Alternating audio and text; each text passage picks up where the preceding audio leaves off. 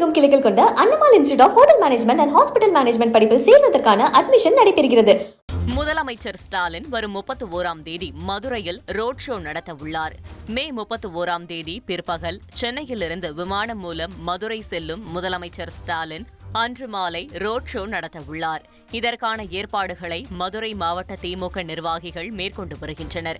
June 1ஆம் தேதி மதுரை உத்தங்குடியில் நடக்கும் திமுக பொதுக்குழு கூட்டத்தில் முதல்வர் ஸ்டாலின் தலைமையில் 3000 பொதுக்குழு உறுப்பினர்கள் கலந்து கொள்ள உள்ளனர் என்பது குறிப்பிடத்தக்கது.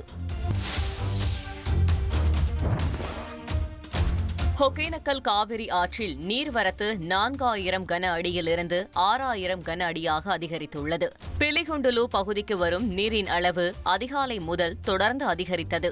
4000 கன அடியாக இருந்த நீர்வரத்து திடீரென வினாடிக்கு 6000 கன அடியாக உயர்ந்தது. நீர்வரத்து குறித்து அதிகாரிகள் தீவிரமாக கண்காணித்து வருகின்றனர்.